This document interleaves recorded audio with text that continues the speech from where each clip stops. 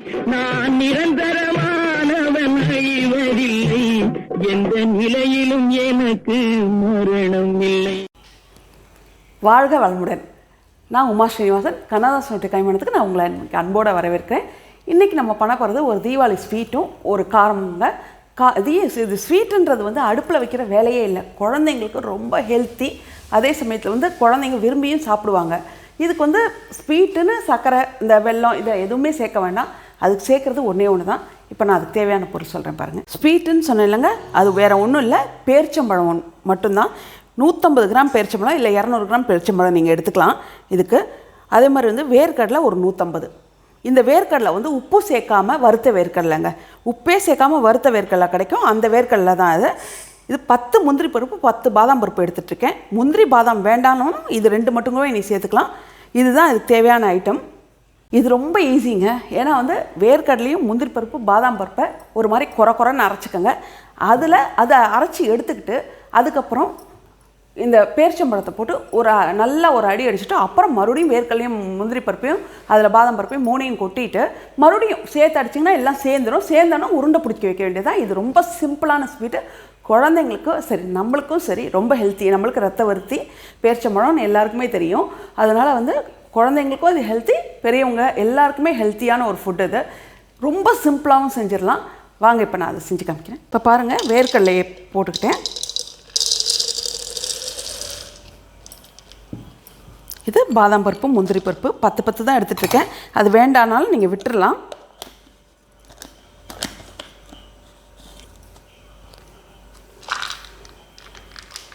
இது பாருங்கள், இதை அரைச்சி இப்போ கொட்டிக்கிட்டேன். வேர்க்கடலை முந்திரி பருப்பு பாதாம் பருப்பை கொஞ்சம் குறைன்னு அரைச்சிக்கிட்டிங்கன்னா நல்லாயிருக்கும். வாயில் தெரியும், அது நல்லாயிருக்கும் டேஸ்ட்டு.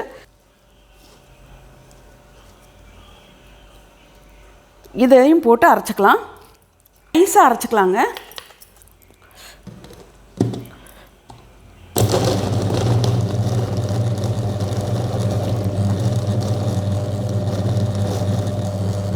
பாருங்கள், வேர்க்கடலை முந்திரி பருப்பு பாதாம் பருப்பு 3ஐயும் நரையும் குறைன்னு அரைச்சிட்டு வந்துட்டேன். அப்புறம் தனியாக இது பேரிச்சம்பழத்தை நல்லா நைஸாக அரைச்சி 2ஐயும் சேர்த்து நான் பிசைஞ்சிட்டேன். இப்போ சேர்த்து மறுபடியும் அரைக்கலை, 2ஐயும் சேர்த்து பாருங்கள் பிசைஞ்சிட்டேன். உங்களுக்கு பார்க்கும்போதே இது நல்லாயிருக்கும். இப்போ கொஞ்சம் நெய் தடவிடலாங்க. சப்பாத்தி கல்லில் நெய் தடவிட்டு நீங்கள் உருண்டை வேணாலும் பிடிச்சிக்கலாங்க. உருண்டை வேணாலும் பிடிச்சிக்கலாம், இல்லைன்னா இப்படி வேணாலும் பண்ணிக்கலாம். நீங்கள்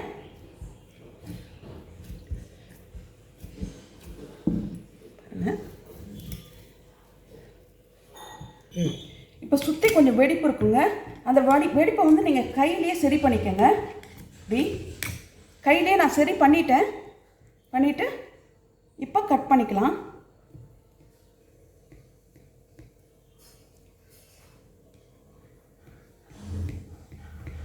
ரொம்ப ஈஸி. இது ரொம்ப ஹெல்த்தி ஃபுட்டுங்க. அது நீங்கள் நட்ஸ் இன்னும் வேணுனாலும் உங்களுக்கு என்னென்ன நட்ஸ் பிடிக்குமோ எல்லாமே நீங்கள் இதில் சேர்த்துக்கலாம். அவ்வளோதாங்க. இது ஈஸியாகவே எடுத்துகிட்டு வரும். உடையும் அதெல்லாம் ஒன்றும் பயமே இல்லை, ஈஸியாக இதை எடுத்துடலாம். இந்த பாருங்கள், ஒட்டும் உடையெல்லாம் இல்லை. நெய் மட்டும் கொஞ்சம் தடவிக்கிட்டிங்கன்னா உங்களுக்கு நல்லாயிருக்கும் சாப்பிடும்போது.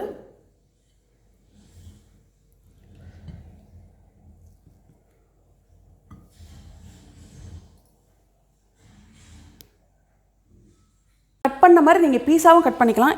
இல்லைன்னா அது பாருங்கள், நெய்யை தொட்டு இந்த மாதிரி உருண்டையாக இப்படி நீங்கள் வழுவழுன்னு உருட்டிக்கலாம். இதுவும் நல்லாயிருக்கும் உங்களுக்கு.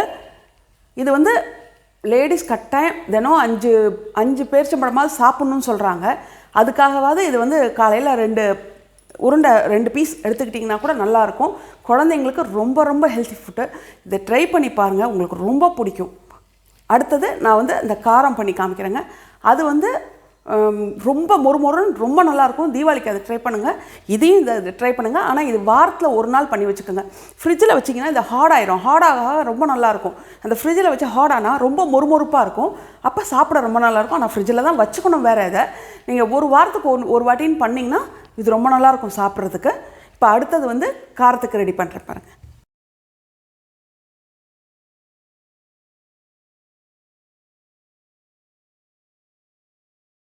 இப்போ ஒரு ஸ்வீட் பார்த்துட்டோங்க.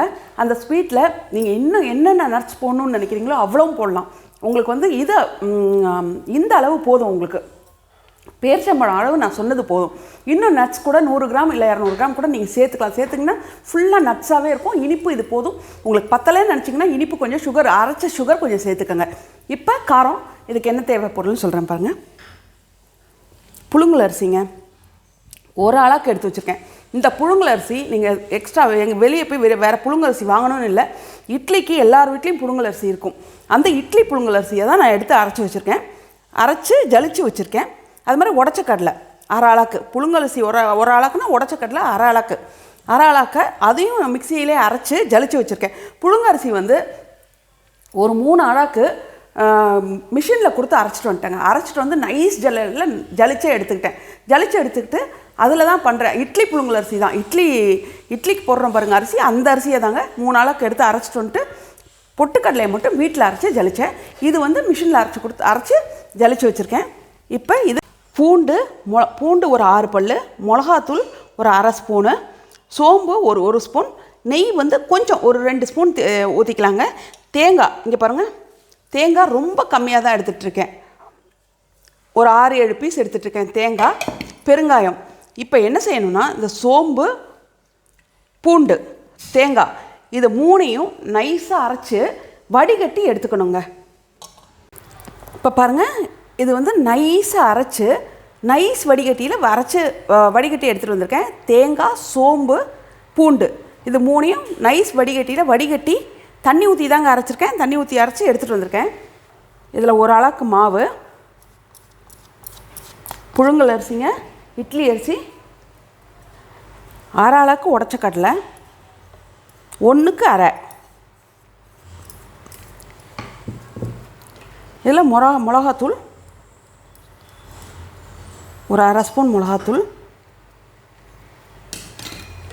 பெருங்காயத்தூள் 1 ஸ்பூன். ஏன்னா இதுக்கெல்லாம் பெருங்காய வாசனை நல்லாயிருக்கும். உங்களுக்கு பிடிக்கலன்னா கம்மி பண்ணிக்கோங்க. தேவையான அளவு உப்பு,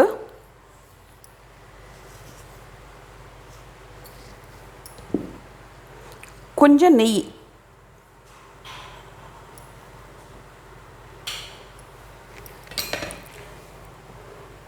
இப்போ இந்த தேங்காய், சோம்பு, பூண்டு அரைச்சிட்டு வந்திருக்கோம்ல அது இதுக்கு தேவையானது மட்டும் ஊற்றிக்கோங்க. பத்தலைன்னா தண்ணி ஊற்றிக்கோங்க. இதுவே ஆனால் பத்தும் தாராளமாக, 10 மீதியே இருக்கும் அது உங்களுக்கு.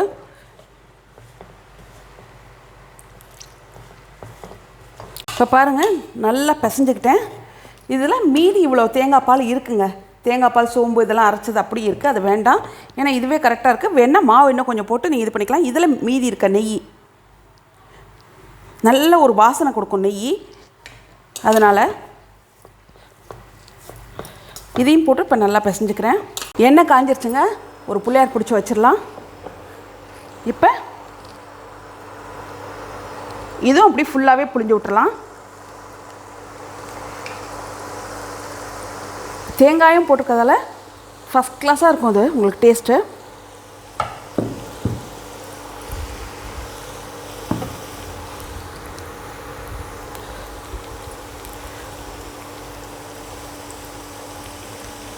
இன்னும் கொஞ்சம் கூட இதில் புழிஞ்சு விட்டுலாம்.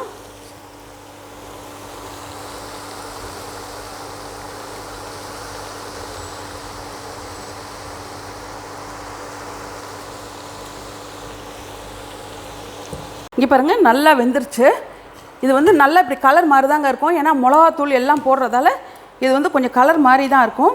கொஞ்சம் உதிருது, அதனால் நீங்கள் இன்னும் கொஞ்சம் தேங்காயை கம்மி பண்ணிக்கோங்க.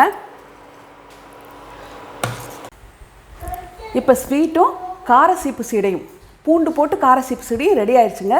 இது இன்னொன்று சொல்கிறேன், உங்களுக்கு பூண்டு வாசனை பிடிக்கலன்னு நினைக்கிறவங்க வெங்காயம் போட்டுக்கலாங்க. ஒரு 6 வெங்காயம், சின்ன வெங்காயத்தை உரித்து இதை மாதிரி போட்டு அரைச்சி பண்ணலாம். வெங்காயம் போட்டிங்கன்னா ரொம்ப நல்லாயிருக்கும்.